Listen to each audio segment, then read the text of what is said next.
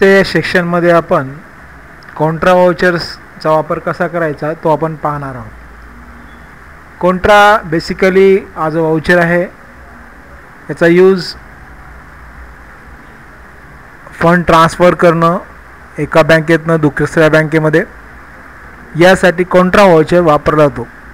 Bank to cash, cash to bank अशा ज्या entry असतात तर त्या ठिकाणी आपल्याला कॉन्ट्रा व्हाउचरचा वापर करू शकता. तर कॉन्ट्रा व्हाउचरसाठी F4 नावाची जी फंक्शन की आपण वापरू शकता कॉन्ट्रा व्हाउचरवर जाण्यासाठी. तर चला आपण टॅलीमध्ये कॉन्ट्रा व्हाउचर कसं वापरतात ते आपण पाहणार आहोत ट्रान्झॅक्शनसोबत. तर पहिलं ट्रान्झॅक्शन आहे cash deposit into bank of Hyderabad ₹3000. तर 3000 रुपीज आपण डिपॉझिट करत आहात बँकेमध्ये. म्हणजे कॉन्ट्राचा वापर बेसिकली डिपॉझिट अँड विड्रॉल या दोन कामासाठी केला जातो.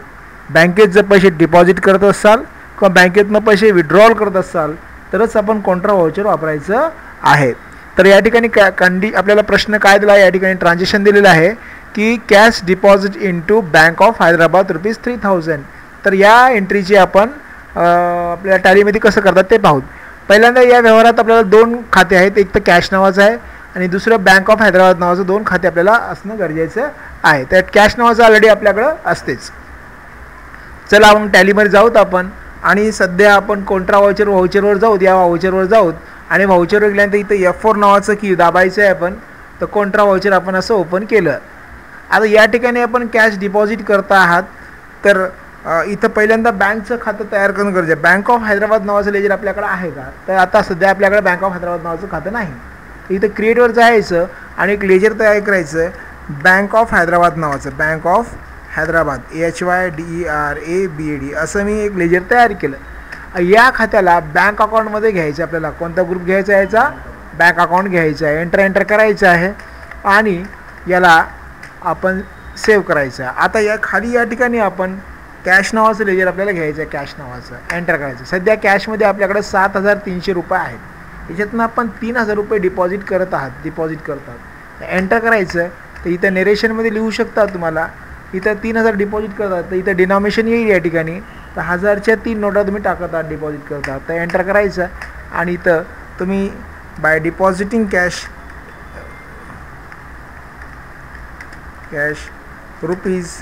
₹3000 असं टाकू शकता. एंटर करून सेव्ह करू शकता. ही पहिली एंट्री झाली आपली.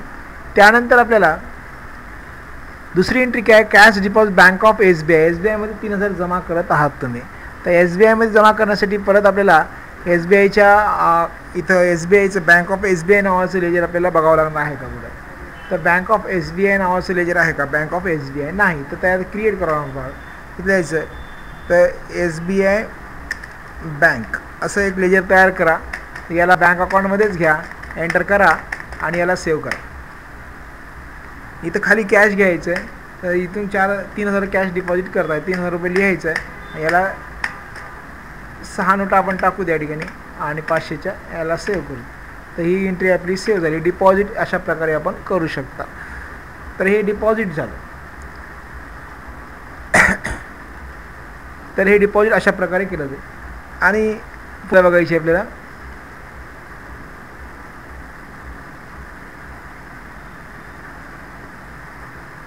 कॅश डिपॉझिट बँक ऑफ अलाहाबादमध्ये जमा करत आहात आपण ₹3000.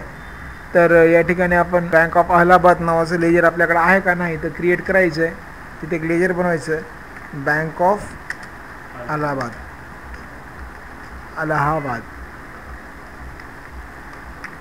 हे लेजर तयार करायचं. याला आपण बँक अकाउंटमध्ये घ्यायचं आहे. याला कंट्रोल A करून ही सेव्ह करायचं आहे. हे कंट्रोल A करायचं आहे. सेव्ह झालं. खाली कॅश घ्यायचं आहे आणि तर ₹3000 लिहायचं. सध्या आता 3000 टाकल्यानंतर मायनस म्हणून दाखवेल आपल्याला, हे निगेटिव्ह कॅश म्हणून दाखवेल आपल्याला. इथं काही टेन्शन घेऊ नका, आपण फक्त एंट्री करत आहेत. या एंट्री आपण कंप्लीट करून सेव्ह करू. त्यानंतर आणखी आपल्याला दुसरं एक लेजर करायचं आहे आपल्याला. कॅश डिपॉझिट बँक ऑफ महाराष्ट्रात पण आपण जमा करत आहात पैसे. इथं बँक ऑफ महाराष्ट्र नावाचं लेजर आहे का बघायचं. बँक ऑफ महाराष्ट्र नाही, क्रिएट करा. इथं जायचं bank of Maharashtra MAHARASHTRA Maharashtra ledger तयार करा. बँक अकाउंटलाच घ्या. याला लेजर घेताना खाली कॅश घ्या. इथं पण 3000 रुपये डिपॉझिट करा, एंटर करा. अशा प्रकारे आपण हे पण एंट्री आपण डिपॉझिटची एंट्री केली. आणखी एक डिपॉझिटची एंट्री करून दाखवतो तुम्हाला. हां, 500चे 3 नोटा झालीत, 6 नोटा करा, कंट्रोल ए करा, ही सेव्ह करा. बँक ऑफ बडोदा नावाचं एक लेजर बनायचं आहे आपल्याला. आता आणखी एक एंट्री आहे आपली, cash deposit in bank of Baroda. बडोदामध्ये पैसे जमा करत आहात आपण, तर बँक ऑफ बडोदा नावाचं लेजर क्रिएट करा. इथं लिहायचं बँक ऑफ बडोदा, हे लेजर तयार करा. याला बँक अकाउंटमध्येच घ्या आणि खाली कॅश घ्या. तर ही सगळ्या एंट्री आपण डिपॉझिटच्या केल्या. आता ह्याच एंट्री आपल्याला विड्रॉलच्या करून बघायच्या आहेत आपल्याला. तर विड्रॉल्स म्हणजे उचलत आहात, बँकेतनं पैसे आपण उचलत आहात, त्याला विड्रॉल करणं म्हणतात. तर पहिल्यांदा कॅश विड्रॉल बँक ऑफ हैदराबादमधून 2000 आपण उचलत आहात. यावेळेला 2 खाते आहेत, एक तर कॅश नावाचं आहे आणि दुसरं बँक ऑफ हैदराबाद नावाचं. आता हे दोन्ही खाते आपल्याकडे, हैदराबाद नावाचं पण खातं आपल्याकडे आहे, कारण आता आपण एंट्री केली. ते आता उचलताना या ठिकाणी काय करायचं, वर कॅश घ्यायचं आणि खाली बँक ऑफ हैदराबाद घ्यायचं असं बँक ऑफ. तर इथं आपलं करंट बॅलन्स बँकेतलं 3000 दिसते, इथून 2000 उचलले आपण, तर बँकेत आपले 1000 राहिले आपल्याला इथं दिसेल, असं दिसते का असं. त्यानंतर बँक ऑफ पुढची एंट्री आहे cash withdrawal bank of SBI. SBI बंद पैसे उचलतात, तर SBI बँक ऑफ SBI नावाचं लेजर घ्यायचं आणि इथं खाली कॅश घ्यायचं, इथून पण 3000 आपण 2000 उचलल्या, तर 2000 उचलतात, तर 2000 टाकून द्यायचे असे, एंटर करायचं. 2000 इथून पण आपण 2000 उचले, या खात्यातनं सुद्धा आपण 2000 उचलले. तर उचलण्यासाठी आपल्याला लक्षात ठेवा, इथं चुकायला नाही पाहिजे, आपण इथं कॅश वर घ्यायला पाहिजे, खाली बँक ऑफ SBI घ्यायला पाहिजे, 2000 टाकायला पाहिजे असं. इथं थोडं उलटं आहे, विड्रॉल करताना वर कॅश खाली बँक असं घ्यायचं आणि डिपॉझिट करताना वर बँक खाली कॅश घ्यायचं असं. त्यानंतर आता कॅश विड्रॉल फ्रॉम अलाहाबादमधून पण उचललं आहेत आपण, तर वर काय घ्यायचं आपल्याला, इथं कॅश घ्यायचं आणि खाली घ्यायचं बँक ऑफ अलाहाबाद घ्यायचं आहे, अलाहाबाद घ्या, इथून 2000 उचललं आहे आपण, असं 2000 उचलत आहात, ही अशी एंट्री पास करायची. त्यानंतर परत कॅश उचलता हा आपण कोणता, बँक ऑफ महाराष्ट्रामधून उचलल्या, 2000 उचलले आपण, तर 2000 उचललेल्या एंट्री कंप्लीट करा, ही अशी एंट्री कंप्लीट झाली.